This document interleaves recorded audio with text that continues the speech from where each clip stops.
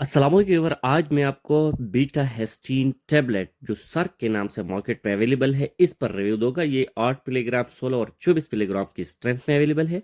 ये medicine sir में जो चक्कर आती है, मतले और उल्टी की जो कैफियत पैदा होती है, कानों में आवाज़ आती है, घंटे बजने की आवाज़ आती है, तो इन मसाइल को ठीक करने के लिए आप इस सर टैबलेट का इस्तेमाल कर सकते हैं।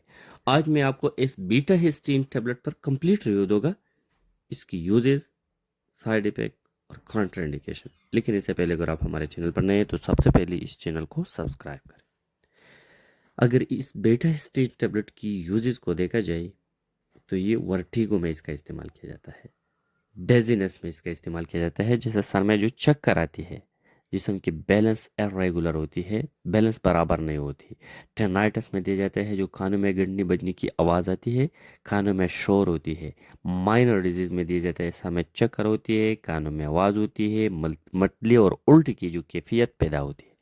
जब सर में चक्कर आती है तो इंसान पर पूरी दुनिया घूमती है और सुनने की सलाहियत कम होती है। तो इन सारे मसाइल को, सर में चक्कर को, वर्टिगो को, बैलेंस, जिस्म की बैलेंस इरेगुलरिटी को ठीक करने के लिए आप इस बीटा हेस्टीन जो सर के नाम से अवेलेबल है इसका इस्तेमाल कर सकते हैं।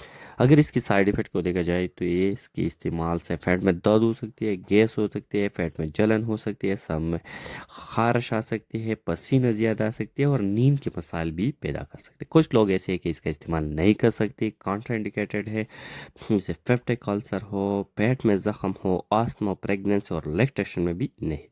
अगर डोज और तरीक़े इस्तेमाल को देखा जाए तो ये 8, 16 और 24 मिलीग्राम में आती है। इसका जो एवरेज डोज है वो 16 मिलीग्राम बीडी इस्तेमाल करना होगा।